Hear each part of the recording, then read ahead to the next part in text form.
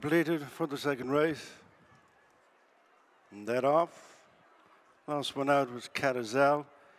6 furlongs in front of him. The Holden Plant Rentals Irish EBF race, and it's besieged the leader from Tunbridge Wells. Over on the far side is Seaford with Mighty Edo alongside, followed at the end of the first furlong and a half by Girl Like You in the blue cap, then Zambales, and the back marker is Carousel. The title group continuing their progress towards the halfway stage. Fractional leader on the stand side is besieged from Tunbridge Wells, Mighty Edo and Seaford.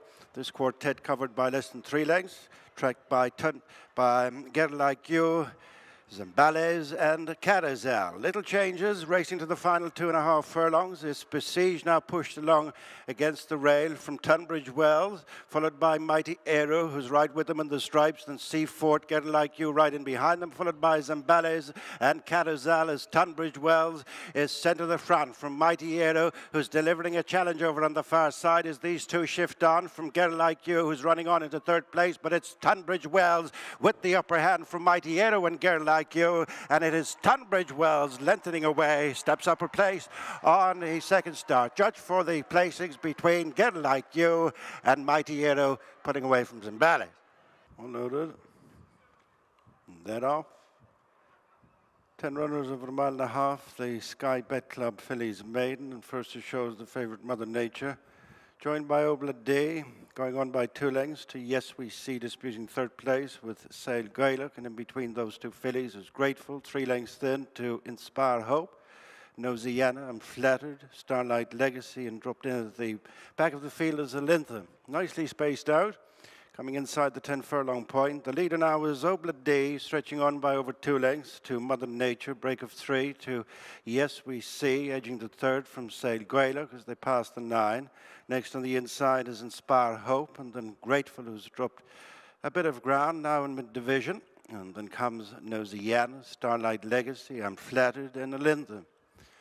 Racing towards the final mile, in the lead is Obla D and Ben Cohen, tracked by Mother Nature and Ryan Moore.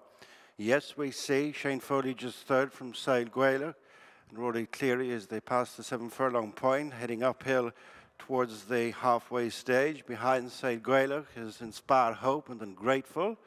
Nosiana, Starlight Legacy, Alintha joins and Flattered at the back of the field. Obla D by a couple of lengths. Shaken up in 2nd place is Mother Nature, and then up in 3rd place is Yes We See from Sail Gaelic.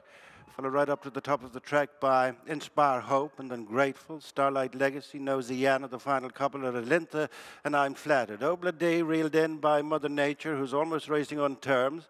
Couple clear of Yes We See, sharing 3rd with Sail Gaelic, who gets a push along, and then Grateful, followed to the final half mile by Inspire Hope, and then Nosiana, who gets a reminder. Starlight Legacy is 2 behind Alintha, and I'm Flattered.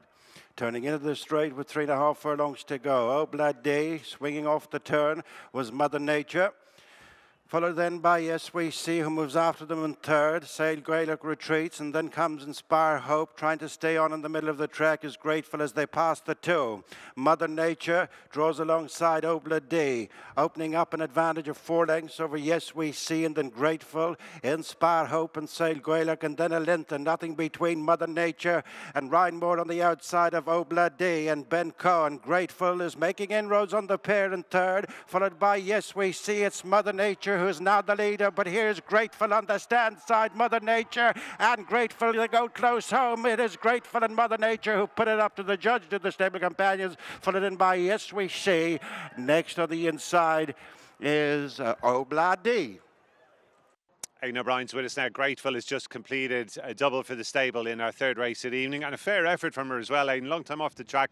I guess you must have had some sort of hold-up after that debut effort, did you? Yeah, she did, Gary. She had a hold-up, and then she took a long time to get fit in the spring, and she's still not really there. We just thought it was a lovely race for her in the ground. We thought she'd improve a lot. She's a beautiful pedigree, obviously by Galileo. Wayne gave her a lovely ride. He nursed her and taught her. She was green through the race, so hopefully there'll be plenty to come from her. Would you take a fair few positives from the fact she was able to win in those circumstances. Oh, very much so, yes. And Ryan's filly had a hold up as well, and she was just ready to start as well. So you'd have to be very positive. She's big filly and she's carrying plenty still, so I'd imagine she'll improve plenty. They both have Irish Oaks entries, Aidan. Would that be on your mind at this stage? Could they run again in the meantime? Yeah, no, it was on our mind, Irish Oaks, Ascot, and that's why, even though we felt it had a bit to come, we thought the race was perfect, ground was perfect, and to get them out. So listen, we'll see. It probably might come too quick for both, but we'll see how they come out of it. Earlier on, we saw Blackbeard's full brother Tunbridge Wells get off the mark on his second attempt. Did you see what you were looking for from him tonight? Yes, they were very happy. He ran a lovely race in Navan. Wayne was very happy with him. He was just a bit sluggish away from the stalls, but came home very well. So we were delighted with him today. Ryan said he's still babyish. He said he still has a good bit to learn. So obviously the race today would set him up for Ascot if he was forward enough. So we'll see how much that brings him on, and when he works at home in a little bit, we'll know whether Ascot will be too soon or not. And if not, he needs to wait a little bit. We could come back here for the railway or something like that. Would you have a preference for him at Ascot, or is it? I'd imagine he's Coventry if he goes to Ascot. Ryan said when he came in that he will get 7. So when he said that, you'd imagine if he was to go, it would be the Coventry. The Wootton Bassett horse, Aidan, who ran here on Guineas weekend, he looked a real Coventry type when he won it now. Did anything come to light that day? He just, I don't know, I thought he looked all over the winner and just got worried out. He did, yeah. Ryan said he was very babyish.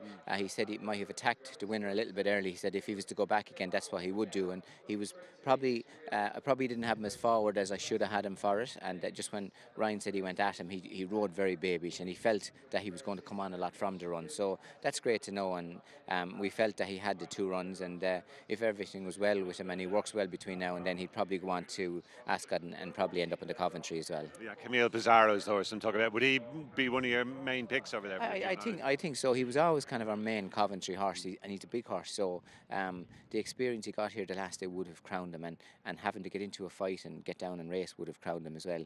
They're often better to do that and get beat than win easy, because if you go to Ascot, that'll happen anyway. So he would have learnt a lot. And Aidan, just before we let you go, obligatory City of Troy update. I gather it's now a choice effectively between here for the Irish Derby or the Eclipse, is that right? Yeah, I think so. That's what the lads are thinking about. Obviously, I would imagine they'll mull over it for the week at least. And obviously, when they decide what they want to do, then we'll go with the plan. So obviously, the 3 races would have been the Irish Derby, the Eclipse, or go to Saratoga. Saratoga was 3 months away. So I'd imagine that it'll be between Irish Derby and the Eclipse. So when they make their mind up, we'll go on the plan, you know. But listen, they're doing the right thing. To see him back going and talk to Ryan and talk to everybody and talk between themselves and see what they want to do. So hopefully in the next week we'll know, Gary. Most of your Epsom winners do come on here to the Curragh, but do you feel he has more to prove at 1.5 miles, or would you yourself see him more as a 10 furlong? Listen, he's not short of speed. If you see him in the Derby, he jumped and he travelled, and he was cantering at all stages, really. He was green through the race where he had to be. He was never dropped in, and he was never around somewhere like Epsom. He never ran 1.5 miles. He's an unusual horse that he is tactically that quick, and he has that much speed, because Ryan said he changed his legs half a furlong from the line, and he said he took off, and he said he ran by the line and around the bend, you know, and he was getting into another gear, you know. So he's a very unusual horse, but we always knew that of him. Listen, he like, obviously we always felt any trip or any work we ever did with him, he's always finishing, and that was him always. So yeah, so listen, I think it doesn't matter to him really.